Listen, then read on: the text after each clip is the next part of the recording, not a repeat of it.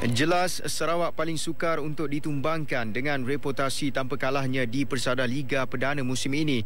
Malah ditentang NS Betaria, tidak banyak yang mampu dilakukan pelawat. 7 gol disaksikan di hadapan penyokong setia tuan rumah bermula dengan jaringan pembukaan Zamri Morshidi minit ke-28. Disusuli gol Bobby Gonzalez 10 minit berselang untuk 2-0 Sarawak tamat separuh masa. Babak kedua bersambung bertambah malang buat pelawat.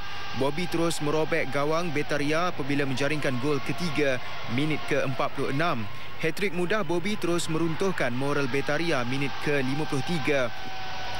Tonggak import Gi Bualai dan Muamir Salibasish masing-masing ikut menyumbang gol minit ke-66 dan ke-76. Sebelum Bobby melengkapkan malam cemerlang kenduri gol Sarawak pada minit-minit akhir permainan.